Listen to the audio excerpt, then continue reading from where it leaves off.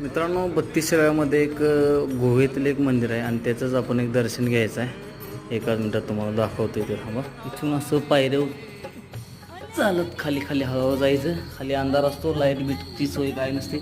एकट्याने जायला बी आवडते जर सांगा या कोण तर.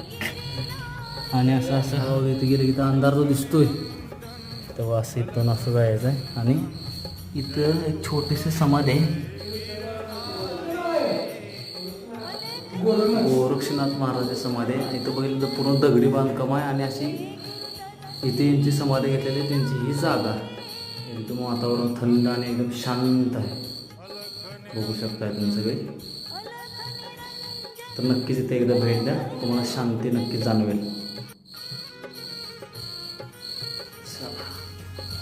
ही अशी पूर्ण सुविधा इथे अशी आहे.